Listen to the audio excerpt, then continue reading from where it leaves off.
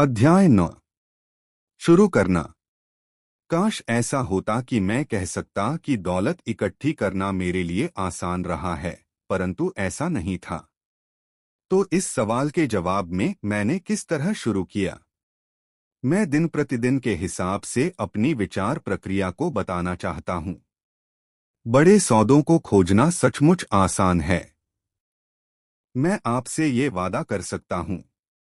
ये मोटरसाइकिल चलाने की तरह है। थोड़े से अभ्यास के बाद आपको इसका पता ही नहीं चलता। जब पैसे की बात आती है तो आप अगर संकल्प कर ले तो थोड़ी देर डगमगाने के बाद आप संभल जाते हैं। जिंदगी में एक बार आने वाले करोड़ों डॉलर के सौदों को खोजने के लिए हम में फाइनेंशियल प्रतिभा होना जरूरी है। मुझे भरोसा है कि हम सभी के भीतर एक फाइनेंशियल जीनियस होता है। समस्या यह है कि हमारा फाइनेंशियल जीनियस सोया होता है और उसे बुलाकर जगाने की जरूरत होती है। ये इसलिए सोया रहता है क्योंकि हमारी संस्कृति ने हमारे भीतर यह संस्कार डाल रखे हैं कि पैसे का मोह सभी बुराइयों की जड़ है। इस संस्कृति ने हमें प्रोफेशन सीखने के लिए तो प्रोत्साहित किया है ताकि हम पैसे के लिए काम कर सके, परंतु हमें यह नहीं सिखाया है कि पैसे से किस तरह अपने लिए काम करवाया जाए।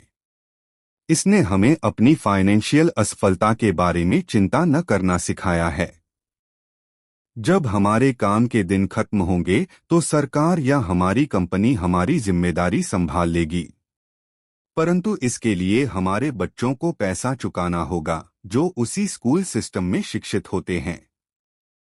संदेश ये है कि कड़ी मेहनत करो, पैसे कमाओ और इसे खर्च कर दो, और अगर हमारे पास पैसा कम हो तो हम हमेशा कर्ज तो ले ही सकते हैं। दुर्भाग्य से पाश्चात्य समाज के 90% से ज्यादा लोग इस सिद्धांत का पालन करते हैं, और ऐसा केवल इसलिए होता है क्योंकि नौकरी ढूंढना और पैसे के लिए काम करना ज्यादा आसान होता है। अगर आप इस भीड़ में से एक नहीं हैं, तो मैं आपके फाइनेंशियल जीनियस को जगाने के लिए नीचे लिखे 10 कदम दे सकता हूं। मैं आपको केवल वही कदम बता रहा हूं जिन पर मैं चला हूं।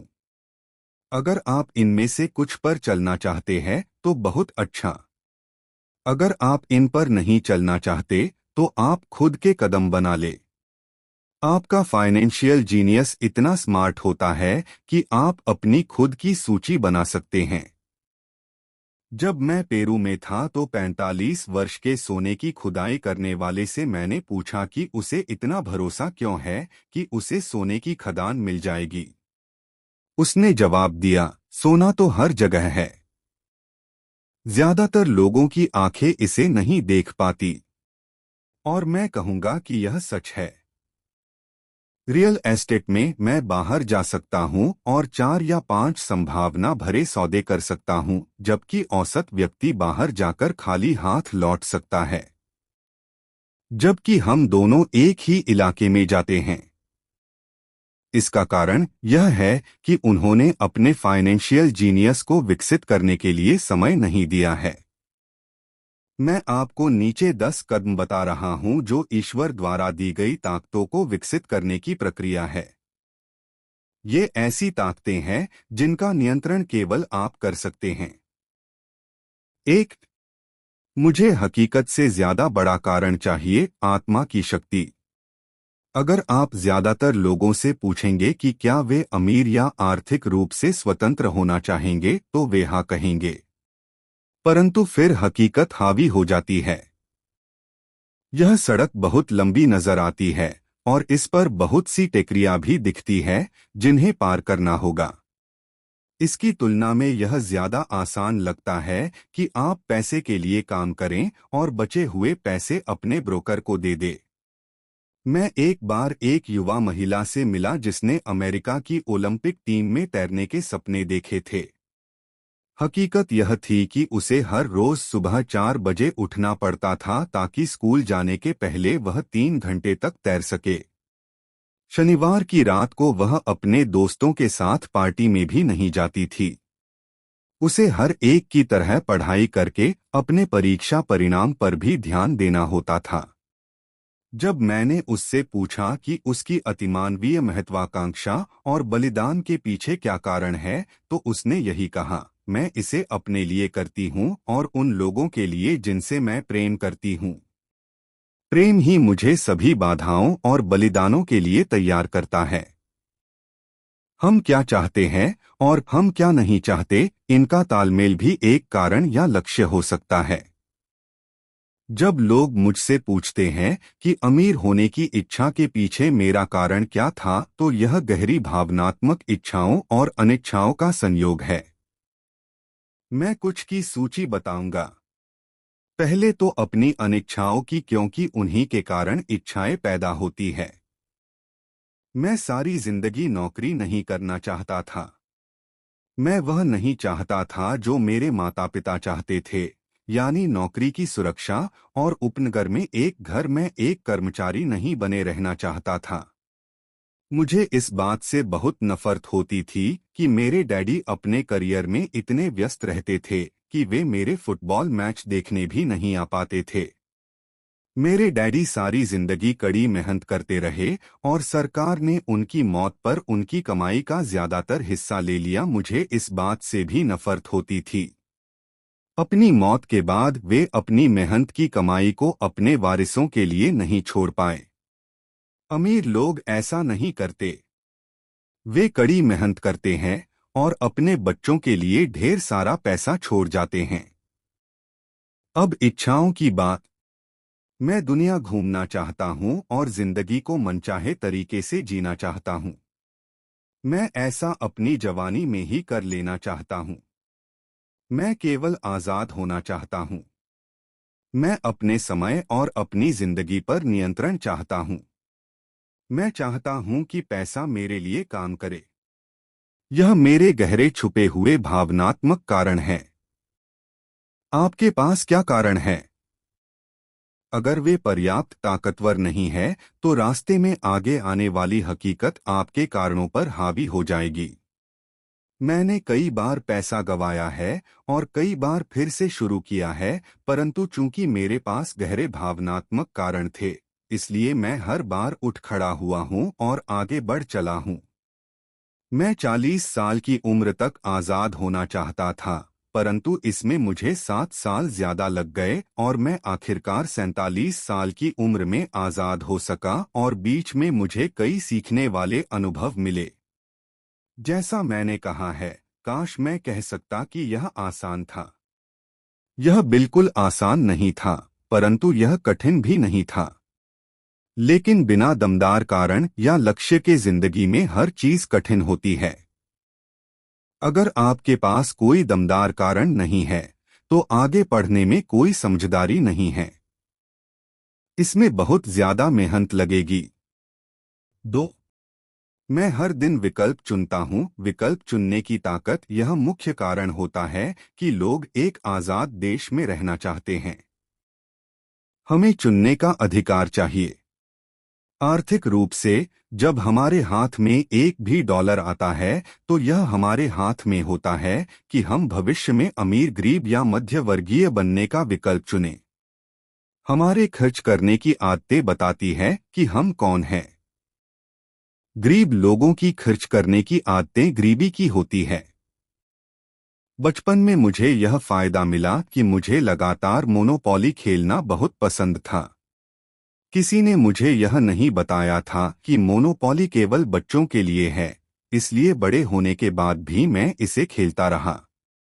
मेरे पास एक अमीर डैडी भी थे जो मुझे संपत्ति और दायित्व के फर्क को समझाते रहे। तो बहुत समय पहले, अपने बचपन में ही मैंने अमीर बनने का विकल्प चुना और मैं जानता था कि मुझे केवल इतना ही करना था कि असली संपत्तियों को इकट्ठा करना था। मेरे सबसे अच्छे दोस्त माइक को संपत्ति वाला कॉलम विरासत में मिला था, परंतु उसे इसे बनाए रखना सीखना था। कई अमीर परिवार अपनी संपत्तियों को अगली पीढ़ी में सिर्फ इसलिए खो देते हैं क्योंकि उन संपत्तियों की देखरेख करने के लिए किसी को प्रशिक्षण नहीं दिया जाता। ज्यादातर लोग अमीर न बनने का विकल्प चुनते हैं। 90% लोगों के लिए अमीर बनना बहुत झंझट का काम है। तो वे इस तरह की कहावतें ईजाद कर लेते हैं, पैसे में मेरी कोई रुचि नहीं है, या मैं कभी अमीर नहीं बनूंगा, या मुझे चिंता करने की कोई जरूरत नहीं है, अभी तो मैं जवान हूं, या मेरे पति या मेरी पत्नी फाइनेंशियल पहलू को संभालते हैं या संभालती है। इन वक्तव्यों के साथ समस्या यह है कि यह बोलने वाले से दो चीजें लूट लेते हैं। एक तो है समय, जो आपकी सर्वाधिक कीमती संपत्ति है, और दूसरी शिक्षा। सिर्फ इसलिए क्योंकि आपके पास पैसा नहीं है, आप यह बहाना नहीं बना सकते कि आप इस कारण नहीं सीख पाए। परंतु यह विकल्प हम हर रोज चुनते हैं, यह विकल्प कि हम अपने समय, अपने पैसे और अपनी शिक्षा के साथ हर दिन क्या करते हैं। यही विकल्प चुनने की ताकत है। हम सभी के पास विकल्प होते हैं। मैं अमीर बनने का विकल्प चुनता हूं और मैं यह विकल्प हर रोज चुनता हूं। पहले शिक्षा में निवेश करें। वास्तव में आपके पास जो इकलौती असली संपत्ति है, वह है आपका दिमाग, जो आपका सबसे शक्तिशाली यंत्र है। जैसा मैंने विकल्प की ताकत के बारे में कहा है, पर्याप्त बड़े हो जाने के बाद हम में से हर एक के पास यह विकल्प मौजूद होता है कि हम अपने दिमाग में क्या रखते हैं। आप सारा दिन एमटीवी देख सकते हैं, या गोल्फ मैगजीन्स पढ़ सकते हैं, या सिरेमिक्स की क्लास में जा सकते हैं, फाइनेंशियल प्लानिंग की क्लास में जा सकते हैं। विकल्प आप चुनते हैं। ज्यादातर लोग बस निवेश खरीदते हैं, परंतु इसके पहले निवेश के बारे में ज्ञान हासिल करने के लिए जरा भी पैसा खर्च नहीं करते। मेरी एक मित्र है जो एक अमीर महिला है। अभी हाल में उनके घर पर चोरी हो गई। चोर उनके घर से टीवी और वीसीआर ले गए और किताबें जैसी की तैसी छोड़ गए। और हम सभी के पास इसी तरह के विकल्प मौजूद होते हैं। एक बार फिर दोहरा दूं, 90% लोग टीवी सेट खरीदते हैं और केवल 10% लोग बिजनेस पर पुस्तकें या निवेश पर टेप खरीदते हैं। और मैं क्या करता हूं? मैं सेमिनार में जाता हूं। मैं ऐसे सेमिनारों को पसंद करता हूं जो कम से कम 2 दिन लंबे हों, क्योंकि मैं विषय में पूरी तरह डूब जाना चाहता हूं। 1973 में मैं टीवी देख रहा था और एक व्यक्ति मेरे घर आया। वह 3 दिन के सेमिनार का विज्ञापन कर रहा था कि किस तरह पैसा न होते हुए भी रियल एस्टेट खरीदी जा सकती है। मैंने $385 खर्च किए और उस सेमिनार की शिक्षा मेरे इतने काम आई कि मैंने उससे कम से कम $20 लाख कमाए होंगे। परंतु इससे भी ज्यादा महत्वपूर्ण यह है कि इससे मुझे नया जीवन मिला। मुझे जिंदगी भर काम नहीं करना पड़ेगा, और इसका कारण होगा वह एक सेमिनार। मैं हर साल कम से कम 2 ऐसे सेमिनारों में जाता हूं। मैं ऑडियो टेप का भी प्रेमी हूं, कारण मैं उन्हें तत्काल पीछे कर सकता हूं। मैं पीटर लिंच के टेप को सुन रहा था और उन्होंने ऐसा कुछ कहा जिससे मैं पूरी तरह असहमत था। हठी और आलोचनात्मक होने के बजाय मैंने रिवाइंड बटन दबा दिया और उस 5 मिनट के टुकड़े को कम से कम 20 बार सुना, शायद इससे भी ज्यादा बार। परंतु अचानक मेरे दिमाग को खुला रखने से मैं समझ गया कि उन्होंने वह बात क्यों कही थी। ये जादू की तरह था। मुझे ऐसा लगा कि मैंने हमारे समय के सबसे बड़े निवेशक के दिमाग की एक खिड़की खोल ली थी। उनके ज्ञान और अनुभव के विराट संसाधनों में मुझे बहुत ज्यादा गहराई और अंतर्दृष्टि मिली।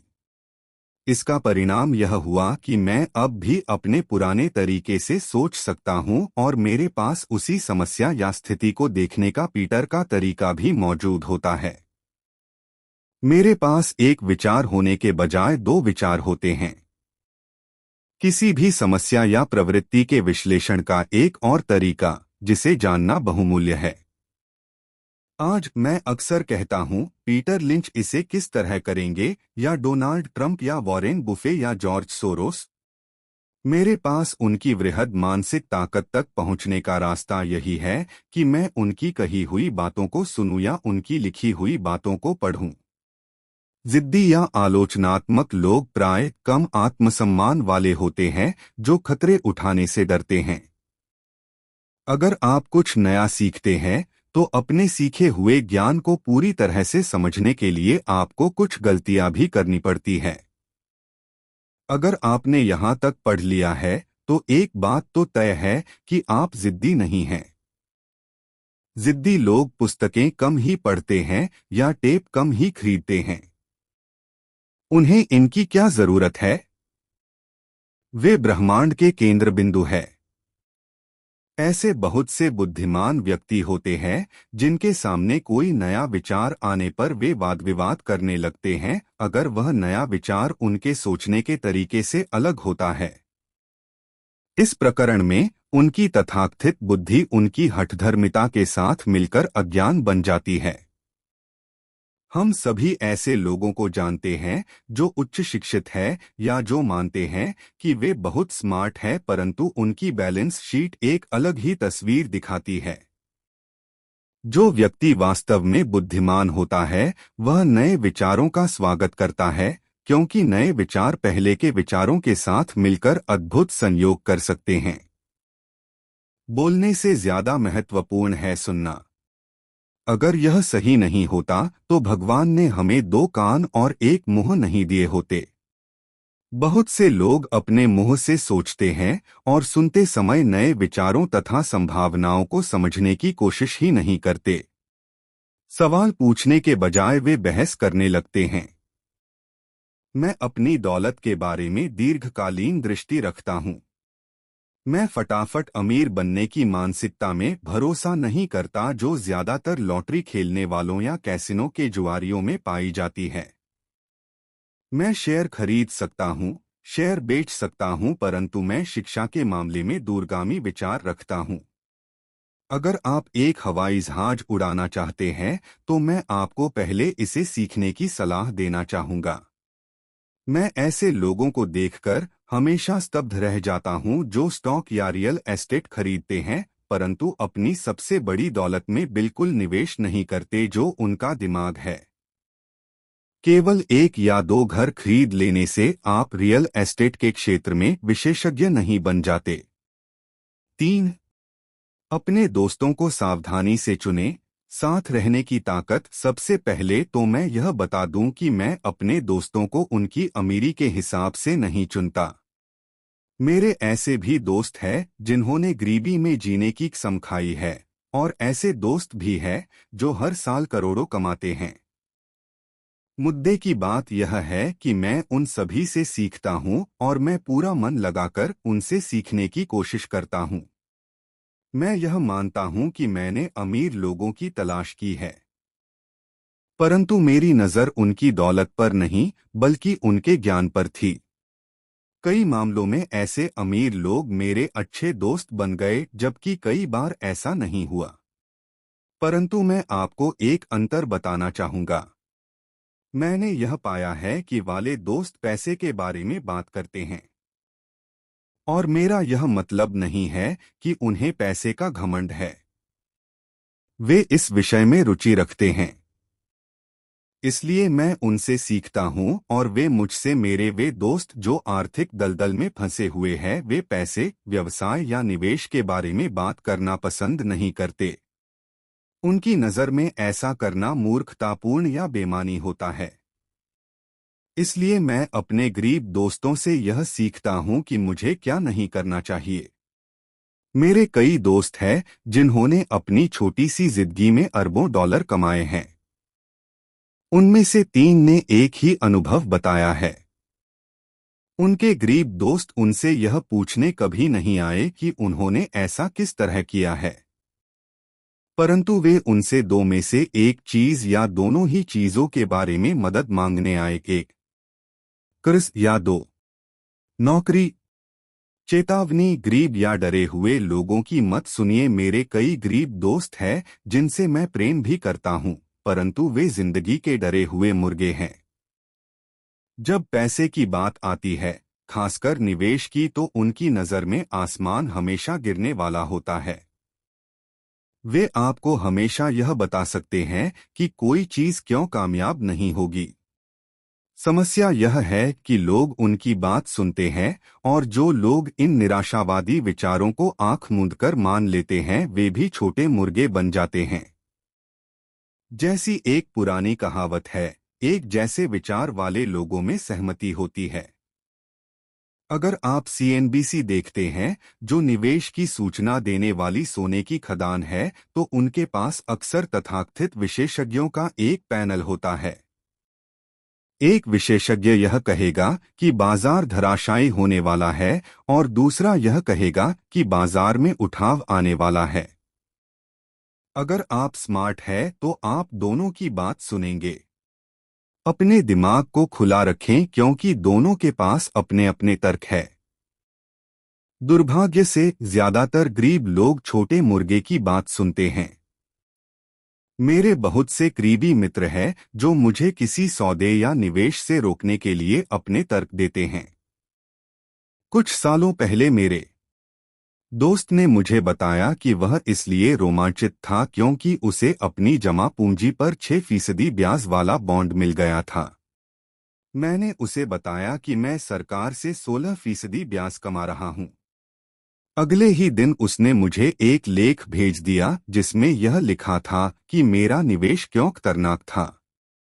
मैं सालों से 16% ब्याज कमा रहा हूं और वह अब भी 6% ब्याज ही ले रहा है। मैं तो यह कहूंगा कि दौलत बनाने में सबसे कठिन चीज यह है कि आप अपने प्रति ईमानदार रहे और भीड़ के साथ चलने की इच्छा न रखे। बाजार में आमतौर पर भीड़ सबसे बाद आती है और इसलिए हलाल हो जाती है। अगर मुखपृष्ठ पर किसी बड़े सौदे की खबर छपी है तो ज्यादातर मामलों में बहुत देर हो चुकी है। किसी नए सौदे की तलाश करें। जैसा हम तैरने वालों से कहा करते हैं, हमेशा एक और लहर आती है। जो लोग जल्दबाजी करते हैं और किसी लहर पर देर से पहुंचते हैं, वे अक्सर धराशायी हो जाते हैं। स्मार्ट निवेशक बाजार की टाइमिंग को ध्यान में नहीं रखते हैं। अगर एक लहर चली गई है तो वे अगली लहर की खोज करते हैं और खुद को पोजीशन में कर लेते हैं। ज्यादातर लोगों के लिए यह मुश्किल इसलिए होता है क्योंकि जो लोकप्रिय नहीं है वह खरीदना उनके लिए डरावना होता है। डरपोक निवेशक उस भेड़ के झुंड की तरह होते हैं जो भीड़ के साथ ही चलते हैं, या उनका लालच उन्हें उस समय अंदर लाता है जब समझदार निवेशक मुनाफा कमाकर बाहर जा चुके होते हैं। समझदार निवेशक उस समय शेयर खरीदते हैं जब यह लोकप्रिय नहीं होता। वे जानते हैं कि वे खरीदते समय मुनाफा कमाते हैं, बेचते समय नहीं। वे धीरज से इंतजार करते हैं। जैसा मैंने कहा, वे मार्केट की टाइमिंग को ध्यान में नहीं रखते हैं। किसी तैरने वाले की तरह वे भी अगली बड़ी लहर के लिए खुद को पोजीशन कर लेते हैं। यह इनसाइडर ट्रेडिंग या अंदरूनी सौदेबाजी है। इनसाइडर ट्रेडिंग कानूनी और गैरकानूनी दोनों तरह की होती है, परंतु किसी भी तरह से देखें, यह इनसाइडर ट्रेडिंग ही है। फर्क सिर्फ इतना होता है कि आप अंदर से कितनी दूरी पर है। अंदरूनी जानकारी रखने वाले अमीर दोस्तों को बनाए रखने का एक कारण यह भी होता है क्योंकि पैसा यहीं बनाया जाता है।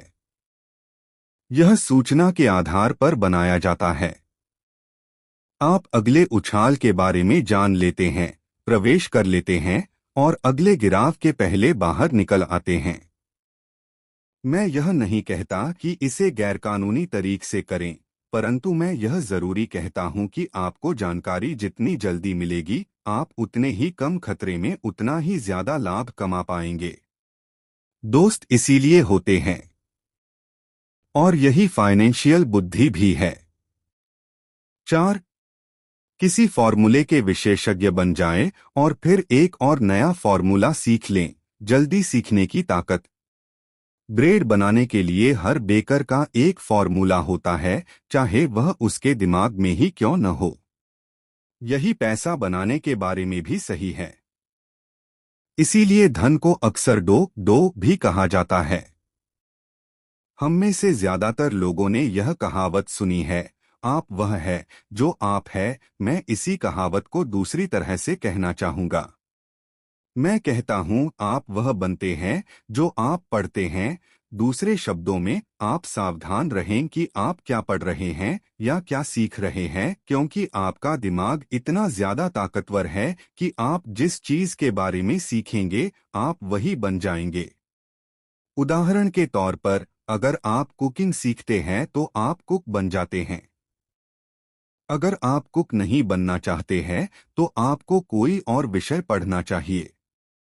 जैसे एक स्कूल टीचर शिक्षण का अध्ययन कर लेने के बाद आप अक्सर शिक्षक बन सकते हैं, और इसी तरह सिलसिला जारी रह सकता है। अपने अध्ययन के विषय को सावधानी से चुनें।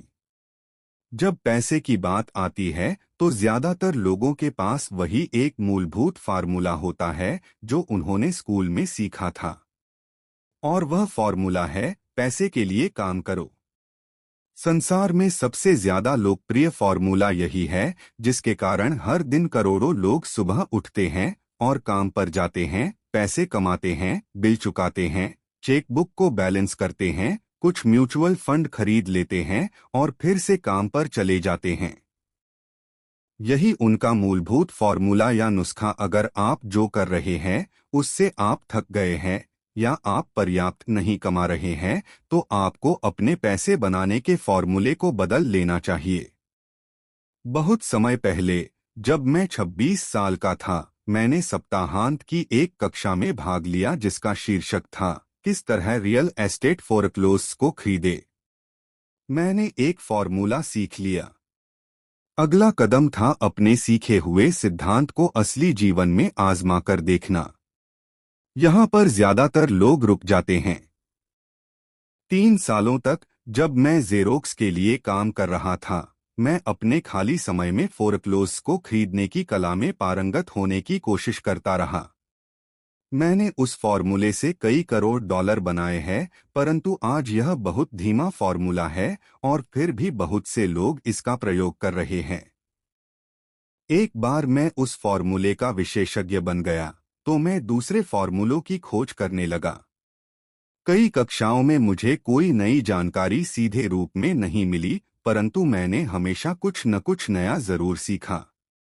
मैंने ऐसी बहुत सी कक्षाओं में भाग लिया है जो केवल डेरिवेटिव सौदेबाजों के लिए आयोजित की गई थी और वस्तुओं के भान सौदेबाजों के लिए तथा अराजकतावादियों के लिए आयोजित कक्षाओं में भी मैं गया हूँ।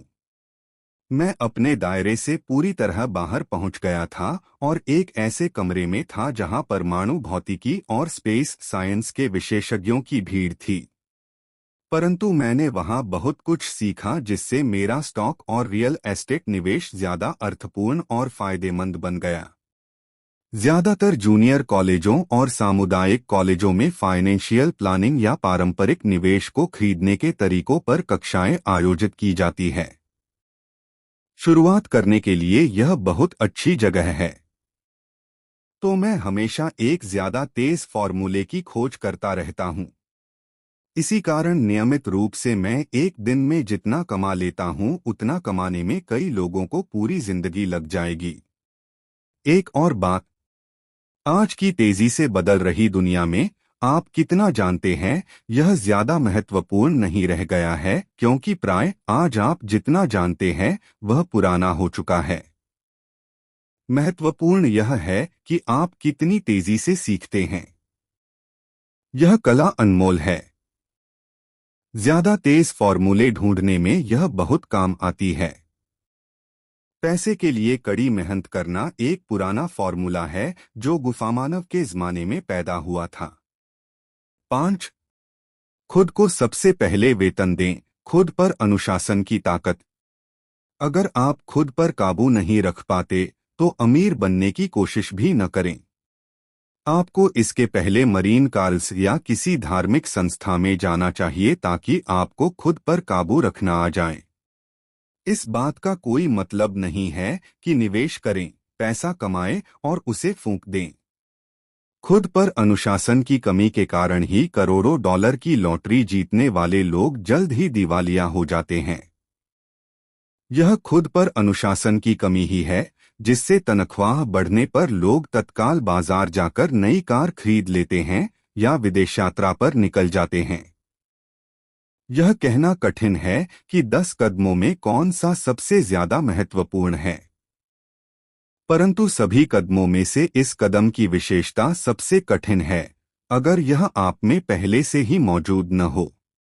मैं तो यह भी कहना चाहूंगा कि खुद पर अनुशासन की कमी ही वह सबसे बड़ा कारण है जो लोगों को 3 समुदायों में बांटता है: अमीर, गरीब और मध्य वर्ग। सीधे तरीके से कहें तो जिन लोगों में आत्मसम्मान कम होता है और जो फाइनेंशियल दबावों को ज्यादा सहन नहीं कर पाते, वे कभी अमीर नहीं बन सकते, और कभी नहीं का मतलब होता है कभी नहीं। जैसा मैंने पहले बताया था, मैंने अपने अमीर डैडी से यह सबक सीखा था कि दुनिया आपको इधर उधर धकेलेगी। दुनिया लोगों को इधर उधर धकेलती है तो इसलिए नहीं क्योंकि बाकी लोग गुंडे होते हैं, बल्कि इसलिए क्योंकि आप में आंतरिक नियंत्रण और अनुशासन की कमी होती है। जिन लोगों में आंतरिक सहन शक्ति की कमी होती है, वे अक्सर उन लोगों के शिकार हो जाते हैं जिनमें आत्मानुशासन होता है। मैं जिन व्यावसायिक कक्षाओं में पढ़ाता हूँ, वहाँ मैं लोगों को लगातार यह याद दिलाता हूँ कि वे अपने सामान या सेवा पर अपना ध्यान केंद्रित न करें, बल्कि मैनेजमेंट की कला पर अपना ध्यान केंद्रित करें। अपना खुद का व्यवसाय शुरू करने के लिए 3 सर्वाधिक महत्वपूर्ण मैनेजमेंट दक्षताएं हैं। 1. कैश फ्लो का मैनेजमेंट। 2. लोगों का मैनेजमेंट। 3. व्यक्तिगत समय का मैनेजमेंट। मैं यह कहूंगा कि ये 3 दक्षताएं केवल व्यवसाय शुरू करने वालों के ही नहीं, बल्कि सभी के काम की है। ये तीनों आपकी जीवन शैली में महत्वपूर्ण भूमिका निभाती है, व्यक्ति के रूप में, परिवार के सदस्य के रूप में, व्यवसाय में, किसी धर्मार्थ संगठन में, शहर या देश में। ये सभी दक्षताएं आत्मानुशासन को साधने से बढ़ जाती है। मैं खुद को सबसे पहले भुगतान करें सिद्धांत को हल्केपन से नहीं लेता। जॉर्ज क्लासन की पुस्तक द रिचेस्ट मैन इन बिलॉन में खुद को सबसे पहले भुगतान करें का वक्तव्य सबसे पहले आया था। इस पुस्तक की करोड़ों प्रतियां बिक चुकी है, परंतु हालांकि करोड़ों लोग इस जबरदस्त जुमले को दोहराते हैं, बहुत कम लोग ही इस सलाह का पालन करते हैं। जैसा मैंने कहा है, फाइनेंशियल साक्षरता अंक पढ़ने की योग्यता देती है और अंक कहानी बता देते हैं। किसी आदमी के इनकम स्टेटमेंट और बैलेंस शीट देखकर मैं तत्काल यह देख सकता हूं कि जो लोग खुद को सबसे पहले भुगतान करें के सिद्धांत का राग अलापते रहते हैं, वे दरअसल इसका कितना पालन करते हैं। एक चित्र 1000 शब्दों के बराबर होता है। तो एक बार फिर हम ऐसे लोगों के फाइनेंशियल स्टेटमेंट्स की तुलना करें जो खुद को सबसे पहले भुगतान करते हैं और जो ऐसा नहीं करते। वे लोग जो खुद को सबसे पहले भुगतान करते हैं। चित्रों का अध्ययन करें और देखें कि क्या आप कुछ अंतर पकड़ सकते हैं। इसके लिए कैश फ्लो की समझ जरूरी है, जिससे कहानी बताई जाती है। ज्यादातर लोग अंक देखते हैं और कहानी को अनदेखा कर देते हैं। अगर आप सचमुच कैश फ्लो की ताकत को समझना शुरू कर देते हैं, तो आपको जल्द ही यह पता चल जाएगा कि अगले पृष्ठ पर दिए गए चित्र में कहाँ गड़बड़ी है और 90% लोग क्यों जिंदगी भर कड़ी मेहनत करते हैं और इसके बाद उन्हें सोशल सिक्योरिटी जैसी सरकारी मदद की जरूरत क्यों होती है। क्या आप इसे देख सकते हैं? पिछले पृष्ठ पर दिया हुआ चित्र उस व्यक्ति के काम दर्शाता है जो खुद का भुगतान सबसे पहले करता है। हर महीने अपने मासिक खर्चों का भुगतान करने से पहले वे अपने संपत्ति वाले कॉलम में पैसा डालते हैं। हालांकि करोड़ों लोगों ने क्लासेन की पुस्तक पढ़ी है और खुद को सबसे पहले भुगतान करें का सिद्धांत समझा है, परंतु हकीकत में वे खुद को सबसे आखिर में भुगतान करते हैं। 1. अब मैं आप में से उन लोगों की चीख पुकार सुन सकता हूं जो अपने बिल्स का भुगतान सबसे पहले करने में गंभीरतापूर्वक विश्वास करते हैं। और मैं यह भी सुन सकता हूं कि सभी जिम्मेदार लोग अपने बिल समय पर चुकाते हैं। मैं यह नहीं कहता कि आप गैर जिम्मेदार हो जाएं या अपने बिल का भुगतान न करें। मैं सिर्फ यह कहता हूं कि आप वही करें जो यह पुस्तक आपको सिखाती है, यानी खुद को सबसे पहले पैसा दें। और पिछले पृष्ठ पर दिया गया चित्र इसी सिद्धांत का सही लेखांकन चित्र है, जबकि बाद में आने वाला चित्र पूरी तरह से गलत है। ऐसा व्यक्ति जो हर एक को पहले चुकाता है, आखिर में व्यय टैक्स किराया उसके पास अक्सर भोजन कुछ नहीं बचता। रोजगार, आय, व्यय, टैक्स, किराया, भोजन। मेरी पत्नी और मेरे पास कई बुककीपर्स, अकाउंटेंट्स और बैंकर हैं, जिन्हें शुरू में हमारे इस खुद को सबसे पहले पैसा दें सिद्धांत से बहुत समस्या होती थी। इसका कारण यह है कि यह फाइनेंशियल प्रोफेशनल भी दरअसल वही करते हैं जो कि जनता करती है, यानी खुद को सबसे आखिर में पैसा देते हैं। वे बाकी लोगों को सबसे पहले पैसा देते हैं। मेरे जीवन में ऐसे महीने भी आए हैं जब किन्हीं कारणों से मेरा कैश फ्लो मेरे बिल्स से काफी कम रहा है। फिर भी मैंने खुद को ही सबसे पहले पैसा दिया।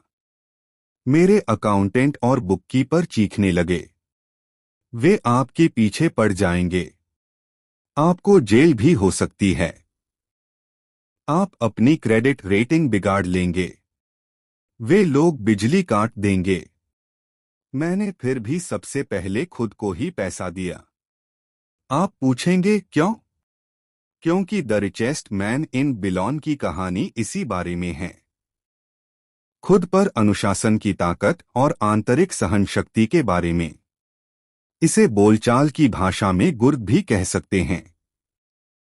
जैसा मेरे अमीर डैडी ने मेरी नौकरी के पहले माह में मुझे बताया था कि ज्यादातर लोग दुनिया की ठोकरें सहन करते रहते हैं। पैसे वसूलने वाला आता है और आप या तो पैसे चुकाओ वरना तो आप उसे पैसे दे देते हैं और खुद को पैसे नहीं देते हैं। एक सेल्स क्लर्क कहता है, आप इसे अपने चार्ज कार्ड में डाल दें। आपका रियल एस्टेट एजेंट आपसे कहता है, आगे बढ़े चलो, घर खरीदने पर सरकार आपको टैक्स में छूट देती है। पूरी पुस्तक दरअसल इसी बारे में है। आप में धारा के विरुद्ध जाने का और अमीर बनने का गुर्दा होना चाहिए। हो सकता है कि आप कमजोर न हो, परंतु जब पैसे की बात आती है तो कई लोगों का हौसला पस्त होने लगता है। मैं यह नहीं कहता कि आप गैर जिम्मेदार बने। मुझ पर ज्यादा कर्ज नहीं है, क्रेडिट कार्ड का कर्ज भी नहीं, और ऐसा इसलिए है क्योंकि मैं खुद को सबसे पहले पैसे देता हूं। मैं अपनी आय को कम से कम इसलिए करता हूं क्योंकि मैं इसे सरकार को नहीं देना चाहता। इसीलिए आप में से जिन लोगों ने the secrets of the rich नाम का वीडियो देखा होगा, उन्हें मैं यह बता दूं कि मेरी आय नेवादा के कॉरपोरेशन के जरिए मेरे संपत्ति वाले कॉलम से आती है। अगर मैं पैसे के लिए काम करता तो सरकार इसे ले लेती। हालांकि मैं अपने बिल का भुगतान सबसे आखिर में करता हूं, परंतु मुझ में इतनी आर्थिक समझ है कि मैं किसी मुश्किल में नहीं फंसता हूं। मैं कंज्यूमर कर्ज को पसंद नहीं करता हूं। मेरे पास इतने दायित्व है जो 99% लोगों से ज्यादा है, परंतु उनका भुगतान मैं नहीं करता हूं बल्कि दूसरे लोग मेरी देनदारियों को चुकाते हैं। वे मेरे किराएदार कहलाते हैं। तो खुद को पैसा देने में पहला नियम यह है कि कभी कर्ज में मत फंसो। हालांकि मैं अपने वित्त का भुगतान सबसे आखिर में करता हूं, परंतु मैं केवल कुछ महत्वहीन वित्त ही बचाकर रखता हूं। दूसरी बात यह कि जब भी मेरे पास पैसा कम होता है, तब भी मैं खुद को ही सबसे पहले पैसे देता हूं। मैं कर्ज देने वालों और सरकार को चीखने देता हूं। जब वे कठोर होते हैं तो मुझे अच्छा लगता है। क्यों? क्योंकि ये लोग मुझ पर एक एहसान कर रहे हैं। वे मुझे प्रेरित कर रहे हैं कि मैं जाऊं और ज्यादा पैसा कमाऊं। तो मैं खुद को सबसे पहले पैसा देता हूं, उस पैसे को निवेश करता हूं और कर्ज देने वालों को चीखने देता हूं। मैं वैसे आमतौर पर उन्हें सही समय पर भुगतान कर देता हूं। मेरी पत्नी और मेरी साख बहुत अच्छी है। हम केवल दबाव में नहीं आते हैं और कर्ज उतारने के लिए अपनी बचत का इस्तेमाल नहीं करते, न ही उसके लिए अपने स्टॉक को बेचते हैं। इसमें बहुत ज्यादा समझदारी नहीं है। तो जवाब यह है, एक, ऐसे बड़े कर्ज में न फंसे जिसका भुगतान आपको करना हो। अपने खर्चों को सीमित रखें। अपनी संपत्ति को सबसे पहले बनाएं, फिर बड़ा घर या शानदार कार खरीदे। चूहा दौड़ में फंसे रहना समझदारी नहीं है। दो, जब आपके पास पैसा कम हो तो दबाव को बढ़ने दें और अपनी बचत या निवेश को खर्च न करें। उस दबाव को अपनी फाइनेंशियल प्रतिभा को प्रेरित करने के लिए इस्तेमाल करें ताकि आप ज्यादा पैसा कमाने और अपने बिल्स का भुगतान करने के नए तरीकों के बारे में सोच सके। इससे ज्यादा पैसा कमाने की आपकी योग्यता भी बढ़ेगी और आपकी फाइनेंशियल बुद्धि भी ज्यादा विकसित होगी। मैं कई बार फाइनेंशियल भट्टी में तपा हूं और मैंने अपने दिमाग का इस्तेमाल करके ज्यादा आमदनी हासिल की है और यह ध्यान रखा है कि मेरे संपत्ति वाले कॉलम को कोई नुकसान ना पहुंचे। मेरा बुककीपर चीखने लगा और बचाव के लिए छुप गया, परंतु मैं उस तरह का सिपाही था जो किल की रक्षा के लिए लड़ रहा था। गरीब लोगों की आदतें भी गरीब होती है। एक आम बुरी आदत है बचत में से पैसे निकाल लेना। अमीर लोग जानते हैं कि बचत को ज्यादा धन कमाने के लिए इस्तेमाल किया जाता है, न कि बिलों का भुगतान करने के लिए। मैं जानता हूं कि यह कठोर जान पड़ता है, परंतु जैसा मैंने कहा, अगर आप अंदर से कठोर नहीं हैं, तो दुनिया आपको इधर से उधर धकेलेगी। अगर आप आर्थिक दबाव पसंद न करते हो, तो एक ऐसा फॉर्मूला खोज लें जो आपके लिए कारगर साबित हो। एक अच्छा फॉर्मूला यह होगा कि खर्च कम किए जाएं, पैसे को बैंक में रखा जाए, ज्यादा इनकम टैक्स चुकाया जाए, सुरक्षित म्यूचुअल फंड्स खरीदे जाएं और औसत बने रहने की कसम खाई जाए। परंतु यह खुद को सबसे पहले भुगतान करे के सिद्धांत का उल्लंघन करता है। यह नियम आत्मबलिदान या आर्थिक संन्यास को प्रोत्साहित नहीं करता है। इसका मतलब यह नहीं है कि खुद को सबसे पहले पैसे देने के बाद भूखे मरो। जिंदगी मौजमस्ती के लिए है। अगर आप अपनी फाइनेंशियल प्रतिभा को जागृत कर लेंगे तो आपके पास जीवन के सभी सुख हो सकते हैं। आप अमीर बन सकते हैं और आप बिल चुका सकते हैं और इस प्रक्रिया में अच्छी जिंदगी भी जी सकते हैं। और यही फाइनेंशियल बुद्धि कहलाती है। 6, अपने ब्रोकर को अच्छा पैसा दे, अच्छी सलाह की शक्ति। मैं अक्सर देखता हूं कि लोग अपने घर के सामने एक पट्टी टॉक देते हैं, मालिक बेचना चाहता है। या मैं टीवी पर देखता हूं कि कई लोग डिस्काउंट ब्रोकर्स होने का दावा करते हैं। मेरे अमीर डैडी ने मुझे इसका उल्टा सिखाया है। वे इस बात में भरोसा करते थे कि प्रोफेशंस को अच्छा भुगतान किया जाए और मैंने भी उसी सिद्धांत को अपनाया है। आज मेरे पास महंगे वकील, अकाउंटेंट्स, रियल एस्टेट ब्रोकर्स और स्टॉक ब्रोकर्स है। क्यों? क्योंकि अगर, और मेरा सचमुच मानना है, अगर लोग प्रोफेशंस है तो उनकी सेवाओं से आपको पैसा मिलना चाहिए और वे जितना ज्यादा पैसा कमाएंगे, आप भी उतना ही ज्यादा पैसा कमाएंगे। हम सूचना के युग में रह रहे हैं। सूचना बेशकीमती है। एक अच्छा ब्रोकर आपको सूचना तो देगा ही, आपको शिक्षित करने के लिए समय भी देगा। मेरे पास कई ब्रोकर हैं जो मेरे लिए यह करने के इच्छुक है। कुछ ने मुझे तब सिखाया है जब मेरे पास बहुत कम पैसा था या बिल्कुल भी पैसा नहीं था, और मैं आज भी उनके साथ हूं। मैं ब्रोकर को जितना पैसा देता हूं, वह मेरे द्वारा उसकी सूचना से कमाए गए धन का बहुत छोटा हिस्सा होता है। मैं इसे पसंद करता हूं जब मेरा रियल एस्टेट ब्रोकर या स्टॉक ब्रोकर बहुत पैसा कमाता है, क्योंकि इसका आम तौर पर यह मतलब होता है कि मैंने भी बहुत सा पैसा कमाया है। एक अच्छा ब्रोकर मुझे पैसे कमाने की जानकारी देने के अलावा मेरा समय भी बचाता है, जैसे उस समय जब मैंने खाली जमीन के टुकड़े को $9,000 में खरीदा और तत्काल इसे $25,000 में बेच दिया ताकि मैं अपने लिए जल्दी से कार खरीद सकूं। ब्रोकर आपके बाजार की आंख और कान हैं। वे हर रोज वहां होते हैं और इसलिए मेरी वहां कोई जरूरत नहीं होती। मैं उसके बजाय गोल्फ खेल सकता हूं। इसके अलावा जो लोग खुद ही अपना घर बेचते हैं, उनके लिए खुद के समय की कोई खास कीमत नहीं होती। मैं कुछ पैसे बचाने के चक्कर में अपना समय क्यों खराब करूं, जबकि इस समय को मैं ज्यादा पैसा कमाने या अपने अंतरंग लोगों के साथ बिताने में इस्तेमाल कर सकता हूं। मुझे यह बहुत मजेदार लगता है कि इतने ज्यादा गरीब और मध्य वर्गीय लोग रेस्तरां में खराब सर्विस के बावजूद 15 से 20% टिप देते हैं और ब्रोकर को 3 से 7% देने में आनाकानी और शिकायत करते हैं। वे खर्च वाले कॉलम के लोगों को टिप देते हैं और संपत्ति वाले कॉलम के लोगों को टिप देने से कतराते हैं। यह आर्थिक समझदारी नहीं है। सभी ब्रोकर एक जैसे नहीं होते। दुर्भाग्य से ज्यादातर ब्रोकर सेल्समैन होते हैं। मैं तो यह कहूंगा कि रियल एस्टेट के सेल्समैन सबसे बुरे होते हैं। वे बेचते हैं परंतु उनके पास खुद बहुत कम या बिल्कुल भी रियल एस्टेट नहीं होता। घर बेचने वाले ब्रोकर और निवेश बेचने वाले ब्रोकर में बहुत बड़ा अंतर होता है।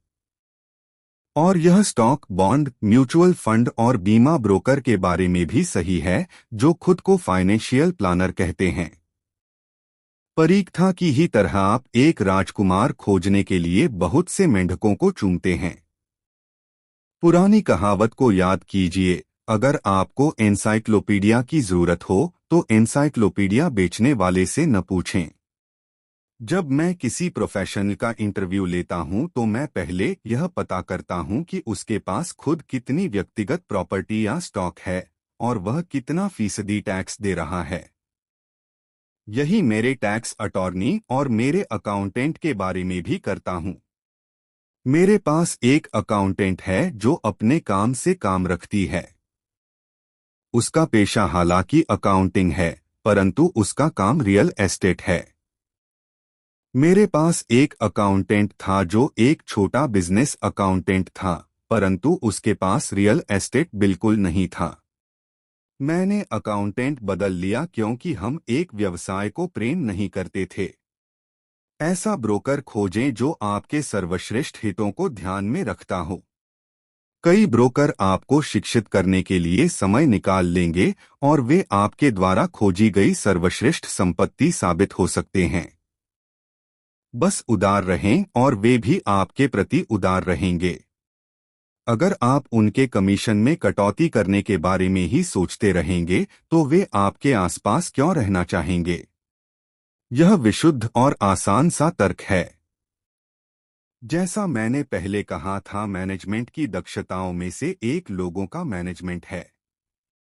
कई लोग केवल ऐसे लोगों को मैनेज कर पाते हैं जो उनसे कम स्मार्ट हों और जिन पर उनकी सत्ता हो, जैसे किसी ऑफिस में अधीनस्थ। कई दोयम दर्जे के मैनेजर्स ही बने रहेंगे और उन्हें कभी तरक्की नहीं मिलेगी, क्योंकि वे यह तो जानते हैं कि नीचे वालों के साथ कैसे काम किया जाता है, परंतु वे यह नहीं जानते कि ऊपर वालों के साथ कैसे काम किया जाता है। असली दक्षता है किसी तकनीकी क्षेत्र में अपने से श्रेष्ठ और ज्यादा स्मार्ट व्यक्तियों को मैनेज करना और उन्हें अच्छे पैसे देना। इसीलिए कंपनियों में बोर्ड ऑफ डायरेक्टर्स होता है। आपके पास भी होना चाहिए। और यह फाइनेंशियल समझदारी है। 7.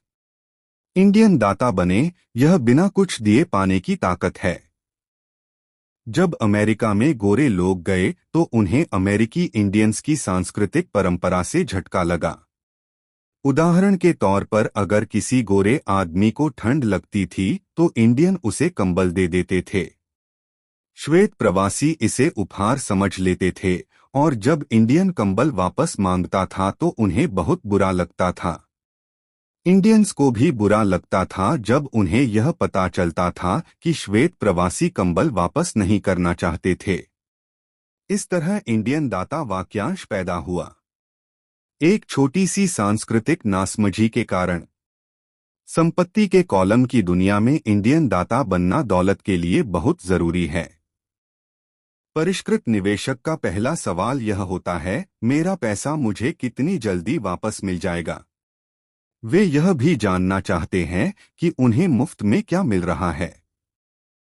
इसीलिए निवेश पर वापसी इतनी महत्वपूर्ण है।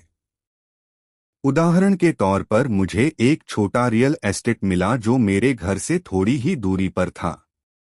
बैंक $60,000 चाहती थी और मैंने $50,000 की बोली लगाई जो उन्होंने सिर्फ इसलिए स्वीकार कर ली क्योंकि बोली के साथ $50,000 का चेक भी लगा हुआ था। उन्होंने यह महसूस किया कि मैं गंभीर था। ज्यादातर निवेशक यह कहेंगे कि क्या आप अपना बहुत सा पैसा फंसा नहीं रहे हैं? क्या इस पर लोन लेना ज्यादा बेहतर नहीं होता? इसका जवाब है, इस मामले में बिल्कुल नहीं। मेरी निवेश कंपनी जाड़े के महीनों में इसे वैकेशन रेंटल के रूप में इस्तेमाल करती है, जब प्रवासी पक्षी एरिज़ोना से आते हैं, और इसे 4 महीनों के लिए $2,500 किराए पर दे देती है। बाकी के 8 महीनों में इसका किराया केवल $1,000 होता है। मेरा पैसा लगभग 3 सालों में वापस आ गया था। अब मैं इस संपत्ति का मालिक हूं जो हर महीने मेरी आमदनी बढ़ाती रहती है। यही स्टॉक के बारे में किया जाता है। प्राय मेरा ब्रोकर मुझे सलाह देता है कि मैं किस कंपनी के स्टॉक में काफी पैसा लगाऊं क्योंकि उसके विचार से वह कंपनी कोई ऐसा कदम उठाने वाली है जिससे उसके शेयर में तेजी आ जाएगी, जैसे कोई नया सामान बाजार में लाने वाली है। मैं अपने पैसे को 1 हफ्ते से लेकर 1 महीने तक लगाए रखता हूं जब शेयर की कीमतें बढ़ती है। फिर मैं अपनी मूल धनराशि को निकाल लेता हूं और बाजार के उतार चढ़ाव से बेफिक्र हो जाता हूं क्योंकि मेरी मूल रकम वापस आ चुकी है और दूसरी संपत्ति पर काम करने के लिए तैयार है। इस तरह मेरा पैसा जाता है और फिर बाहर आ जाता है और मैं एक ऐसी संपत्ति का मालिक बन जाता हूं जो एक तरह से मुझे मुफ्त में मिलती है। यह सच है कि मैंने कई मौकों पर पैसा खोया भी है, परंतु मैं उतने ही पैसों से खेल खेलता हूं जितने का नुकसान मैं सहन कर सकता हूं। मैं यह कहूंगा कि औसत 10 निवेशों पर मुझे 2 या 3 में बहुत फायदा होता है, जबकि 5 या 6 में कोई लाभहानि नहीं होती और मैं 2 या 3 में घाटा भी खाता हूं। परंतु मैं अपने नुकसान को उसी पैसे तक सीमित कर लेता हूं जो मेरे पास उस समय होते हैं। जो लोग जोखिम से नफरत करते हैं वे अपने पैसे को बैंक में रख देते हैं और दीर्घकाल में उनकी बचत कुछ नहीं से बेहतर ही होती है। परंतु आपको अपना पैसा वापस निकालने में बहुत लंबा समय लग जाता है और ज्यादातर मामलों में तो आपको इसके साथ कुछ भी मुफ्त नहीं मिलता है। पहले तो वे टोस्टर दिया करते थे, परंतु आजकल ऐसा बिरले ही होता है। मेरे हर निवेश पर एक न एक चीज मुफ्त होनी चाहिए। एक छोटा रियल एस्टेट, एक मिनी स्टोरेज, खाली जमीन का टुकड़ा, घर, स्टॉक, शेयर्स या ऑफिस बिल्डिंग और जोखिम सीमित भी होना चाहिए। इस विषय पर इतनी ज्यादा पुस्तकें लिखी जा चुकी है कि मैं इसमें नहीं जाना चाहूंगा। मैकडॉनल्ड के मशहूर रे क्रॉक हैमबर्गर फ्रैंचाइजी इसलिए नहीं बेचते थे क्योंकि उन्हें हैमबर्गर से प्यार था, बल्कि इसलिए क्योंकि उन्हें उस फ्रैंचाइजी के साथ आने वाला रियल एस्टेट मुफ्त मिलता था। तो समझदार निवेशकों को ब्याज की दर से ज्यादा चीजों का ध्यान रखना चाहिए। आपका पैसा वापस मिल जाने पर आपके पास क्या संपत्ति आती है, यह भी महत्वपूर्ण है। यही फाइनेंशियल समझदारी है। 8. संपत्ति से विलासिता की चीजें खरीदी जाती है, केंद्रित करने की शक्ति। मेरे एक दोस्त का बेटा बहुत खर्चीला था और उसकी जेब में ऐसा लगता था जैसे छेद हो गया हो। 16 साल की उम्र में स्वाभाविक रूप से उसे अपनी कार चाहिए थी। बहाना यह था, सभी दोस्तों के मम्मी डैडी ने अपने बच्चों के लिए कार खरीदी है। यह लड़का अपनी बचत में से पैसे निकालकर नकद कार खरीदना चाहता था। ऐसे समय में उसके डैडी ने मुझसे सलाह मांगी। आप क्या सोचते हैं कि मुझे उसे ऐसा करने देना चाहिए या मैं भी दूसरे पिताओं की तरह उसे कार खरीद कर दे दूं? इसके जवाब में मैंने कहा, कुछ समय के लिए तो ठीक है, परंतु लंबे समय के लिए आप उसे क्या सिखा पाएंगे? क्या आप अपने बच्चे की कार प्राप्त करने की इच्छा से उसे कुछ सीखने के लिए प्रेरित कर सकते हैं? अचानक उसके दिमाग की बत्तियां जल गई और वह तुरंत घर की तरफ चल पड़ा। 2 महीने बाद मुझे वह दोस्त फिर मिला। क्या तुम्हारे बेटे को अपनी नई कार मिल गई? मैंने पूछा। नहीं, उसे नहीं मिली। परंतु मैं गया और उसे कार के लिए $3000 दे दिए। मैंने उससे कहा कि वह अपने कॉलेज के पैसे के बजाय मेरे पैसे का उपयोग करे। मैंने कहा, यह तो आपकी उदारता है। नहीं, उस पैसे के साथ एक शर्त भी जुड़ी है। मैंने आपकी सलाह मान ली और उसकी कार खरीदने की प्रबल इच्छा के साथ सीखने की शर्त भी रखी है। शर्त क्या है? मैंने पूछा। पहले तो हमने आपके कैशफ्लो गेम का सहारा लिया। हमने इसे खेलते हुए पैसे के समझदारी से इस्तेमाल पर एक लंबा विचार विमर्श किया। फिर मैंने उसे वॉल स्ट्रीट जर्नल की सदस्यता दिलवा दी और स्टॉक मार्केट पर कुछ पुस्तकें भी दिलवाई। फिर दिक्कत कहाँ थी? मैंने उससे कहा कि $3000 उसके हैं, परंतु वह इनसे सीधे कार नहीं खरीद सकता है। वह इनसे स्टॉक खरीद और बेच सकता है, खुद का ब्रोकर ढूंढ सकता है, और एक बार वह इन $3000 के $6000 बना लेता है तो वह अपनी कार खरीद सकता है और बाकी के $3000 उसके कॉलेज के फंड में जाएंगे। मैंने पूछा, और इसके परिणाम क्या निकले? वह शुरुआत में किस्मत वाला रहा, परंतु कुछ दिनों बाद उसने अपने मुनाफे की सारी रकम गंवा दी। तब वह सचमुच रुचि लेने लगा। आज चाहे वह $2000 के घाटे में है, परंतु उसकी रुचि बहुत बढ़ गई है। उसने मेरे द्वारा खरीदी सारी पुस्तकें पढ़ डाली है और वह और ज्यादा पुस्तकों की खोज में पुस्तकालय भी गया था। वह मन लगाकर वॉल स्ट्रीट जर्नल पढ़ता है, सूचकों पर नजर रखता है और एमटीवी के बजाय सीएनबीसी देखता है। उसके पास केवल $1000 बचे हैं, परंतु उसकी रुचि और ज्ञान आसमान को छू रहे हैं। वह जानता है कि अगर वह इस पैसे को खो देगा तो फिर उसे 2 सालों तक अपने पैरों पर ही चलना पड़ेगा। परंतु उसे उसकी कोई खास चिंता नहीं है।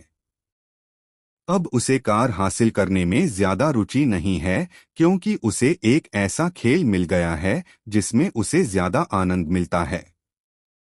क्या होगा अगर वह सारा पैसा हार जाता है? मैंने पूछा। जब होगा तब देखा जाएगा। मैं तो चाहूंगा कि वह अभी सारा पैसा हार जाए, बजाय इसके कि वह हमारी उम्र में आकर सारा पैसा हारे। और इसके अलावा मैं तो यह मानता हूं कि उसकी शिक्षा पर खर्च किए गए यह सर्वश्रेष्ठ $3000 थे। जो वह सीख रहा है वह जिंदगी भर उसके काम आएगा और वह पैसे की ताकत का सम्मान करना भी सीख गया है। मुझे लगता है कि अब उसकी जेब का छेद बंद हो चुका है। जैसा मैंने खुद को सबसे पहले भुगतान करें वाले खंड में कहा था, अगर कोई व्यक्ति आत्मानुशासन की ताकत हासिल नहीं कर सकता तो बेहतर यही होगा कि वह कभी अमीर बनने की कोशिश न करे।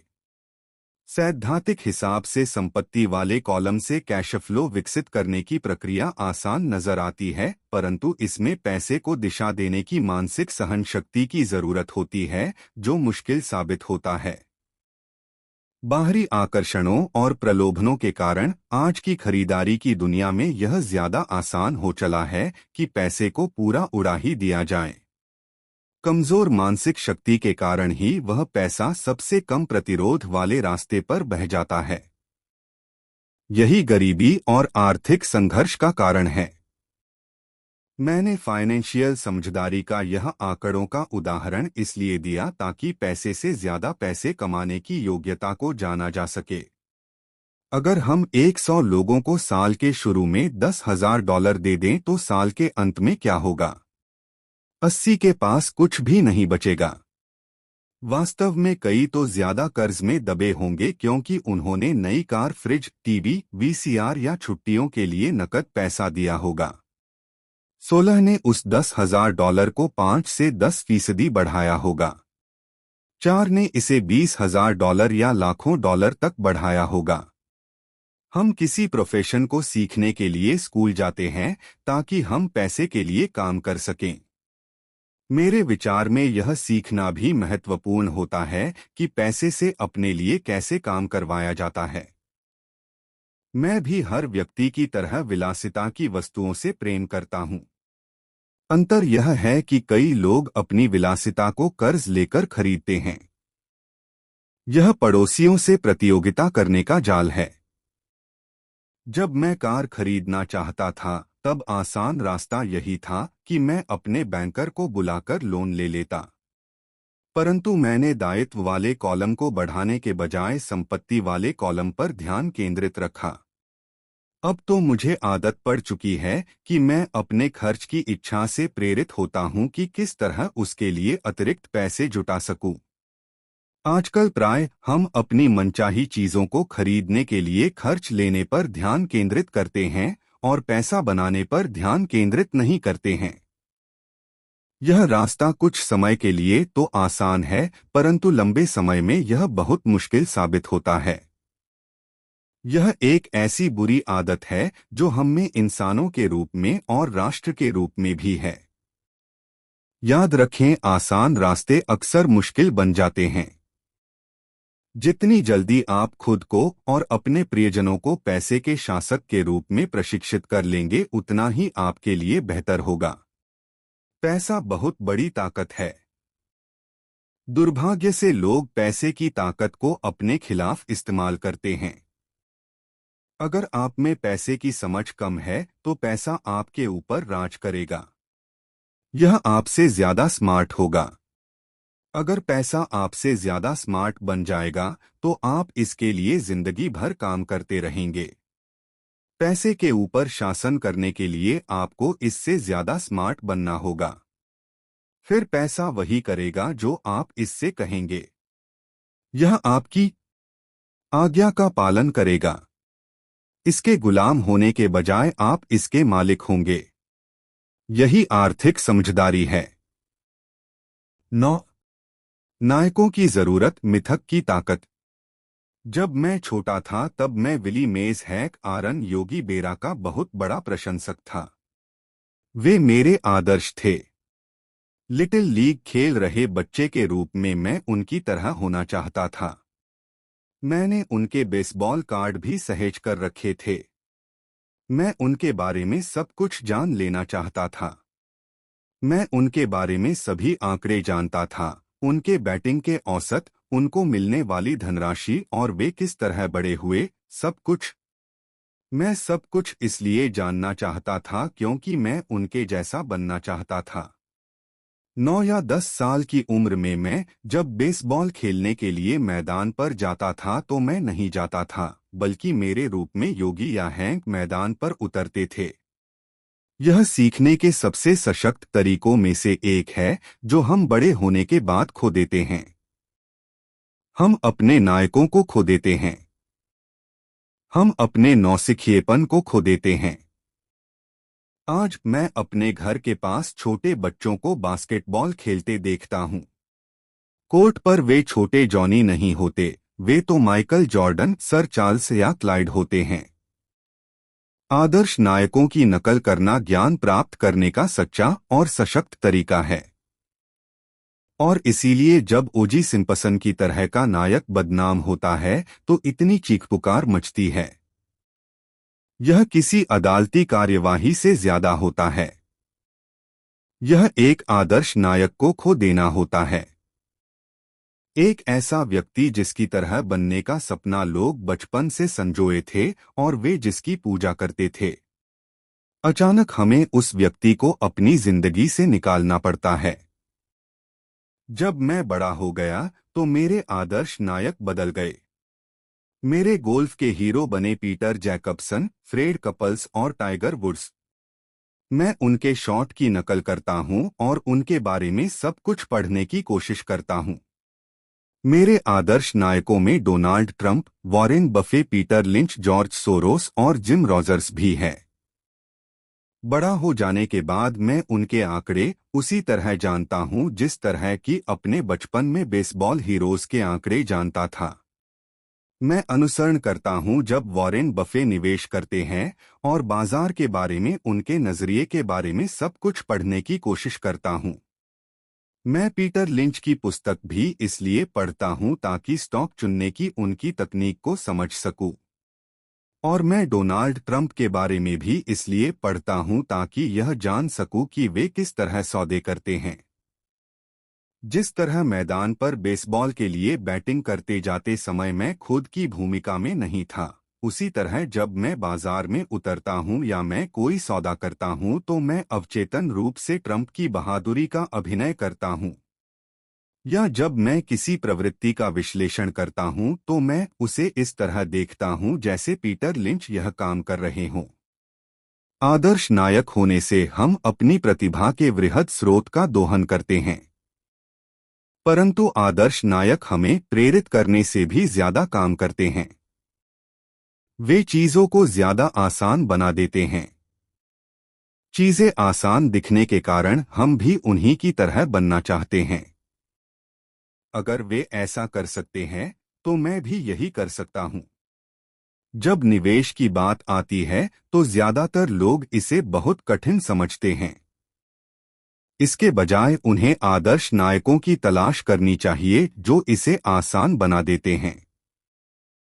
10 सिखाओ और आपको हासिल होगा देने की शक्ति। मेरे दोनों डैडी शिक्षक थे। मेरे अमीर डैडी ने मुझे ऐसा सबक सिखाया जो मेरे साथ जिंदगी भर चल रहा है, और वह सबक था परोपकार करना या देना। मेरे पढ़े लिखे डैडी ने अपने समय और ज्ञान के द्वारा दूसरों को बहुत दिया, परंतु शायद ही कभी अपना पैसा दिया हो। जैसा मैं बता चुका हूँ, वे सामान्यत कहा करते थे कि वे तभी देंगे जब उनके पास कुछ अतिरिक्त धन होगा, और उनके पास कभी भी अतिरिक्त धन नहीं होता था। मेरे अमीर डैडी ने पैसा भी दिया और शिक्षा भी। वे देने के सिद्धांत में पक्का यकीन रखते थे। अगर आपको कुछ चाहिए तो आपको पहले कुछ देने की जरूरत है, वे हमेशा कहा करते थे। जब उनका हाथ तंग होता था तब भी वे अपने चर्च या अपनी पसंदीदा धर्मार्थ संस्था को दान देते थे। अगर मैं आपके पास कोई विचार छोड़ना चाहता हूं तो वो विचार यही होगा। जब भी आपको किसी चीज की कमी या जरूरत महसूस हो तो पहले उस चीज को दे दें। बाद में वह बाल्टियों में भरकर आपके पास लौट आएगी। यह पैसा, मुस्कुराहट, प्रेम, दोस्ती सभी के बारे में सही है। मैं जानता हूं कि कोई भी व्यक्ति ऐसा नहीं करना चाहेगा, परंतु मैंने ऐसा किया है और इससे फायदा भी उठाया है। मैं विश्वास करता हूं कि आदान प्रदान का सिद्धांत सही है, और इसीलिए मैं वही चीज देता हूं जो मैं पाना चाहता हूं। मुझे पैसा चाहिए, इसलिए मैं पैसा देता हूं और यह कई गुना होकर मेरे पास वापस आ जाता है। मैं बिक्री बढ़ाना चाहता हूं, इसलिए मैं किसी और व्यक्ति की कुछ बेचने में मदद कर देता हूं और मेरी बिक्री बढ़ जाती है। मैं संपर्क बढ़ाना चाहता हूं और मैं किसी और की संपर्क बढ़ाने में मदद कर देता हूं और जादू की तरह मेरे भी संपर्क बढ़ जाते हैं। मैंने सालों पहले एक कहावत सुनी थी, ईश्वर को कुछ नहीं चाहिए पर इंसानों को देना चाहिए। मेरे अमीर डैडी अक्सर कहा करते थे, गरीब लोग अमीरों से ज्यादा लालची होते हैं। उन्होंने इसे समझाते हुए कहा कि अगर कोई व्यक्ति अमीर है तो वह व्यक्ति दूसरों द्वारा चाही गई कुछ चीज दे रहा है। मेरे जीवन में मेरे तमाम वर्षों में जब भी मैंने पैसे की कमी या जरूरत महसूस की है तो मैंने पहले तो अपने दिल को टटोला है कि मैं क्या चाहता हूं और फिर इसे देने का फैसला किया है। और जब मैंने दिया है तो यह हमेशा मेरे पास वापस लौटा है। यह मुझे उस व्यक्ति की कहानी याद दिलाता है जो जाड़े की ठंडी रात में लकड़ियां लेकर बैठा है और पास में ही धीमे धीमे जल रहे चूल्हे पर चिल्ला रहा है, जब तुम मुझे गर्मी दोगे तब मैं कुछ लकड़ियां अंदर डालूंगा। और जब पैसे, प्रेम, सुख, बिक्री और संपर्क की बात आती है तो हर व्यक्ति को यही याद रखने की जरूरत है कि जो आप चाहते हैं पहले आप उसे दे दें और यह कई गुना होकर आपके पास लौट आएगा। बहुधा केवल यही सोचने की प्रक्रिया से कि मैं क्या चाहता हूं और इसे किसी और को किस तरह दे सकता हूं, मेरे अंदर उदारता का ज्वार आने लगता है। जब भी मैं यह देखता हूं कि लोग मेरी तरफ देखकर नहीं मुस्करा रहे हैं तो मैं आराम से मुस्कराना और हेलो करना शुरू कर देता हूं और जादू की तरह मेरे आसपास अचानक बहुत से मुस्कराने वाले लोग जमा हो जाते हैं। यह सच है कि आपकी दुनिया केवल आपका दर्पण है। तो इसीलिए मैं कहता हूँ, सिखाओ और आपको मिलेगा। मैंने पाया है कि मैं सीखने वालों को जितनी गंभीरता से, जितना ज्यादा सिखाता हूँ, मैं भी उतना ही ज्यादा सीखता हूँ। अगर आप पैसे के बारे में सीखना चाहते हैं तो इसे किसी और को सिखाएं। ऐसा करने से आपके दिमाग में बहुत से नए विचारों और फॉर्मूलों की बाढ़ आ जाएगी। ऐसे भी समय आए हैं जब मैंने दिया है और कुछ भी वापस नहीं लौटा या जो मुझे मिला वह मैं नहीं चाहता था। परंतु करीबी जांच और आत्मावलोकन से मुझे पता चला कि उन मामलों में मैं देने के लिए नहीं दे रहा था बल्कि पाने के लिए दे रहा था। मेरे डैडी ने शिक्षकों को सिखाया और वे एक मास्टर टीचर बन गए। मेरे अमीर डैडी ने युवा लोगों को अपना बिजनेस करने का तरीका सिखाया। मैं पीछे पलटकर देखता हूं कि यह सीखने वालों की अपने ज्ञान के प्रति उदारता ही थी जिसके कारण वे ज्यादा स्मार्ट बन गए। इस दुनिया में ऐसी ताकतें हैं जो हमसे ज्यादा स्मार्ट है। आप वहां खुद अपने दम पर पहुंच सकते हैं, परंतु उन ताकतों की मदद से वहां पहुंचना ज्यादा आसान होता है। आपको बस इतना ही करना है कि आप उदार हों और वे ताकतें भी आपके प्रति उदार होंगी।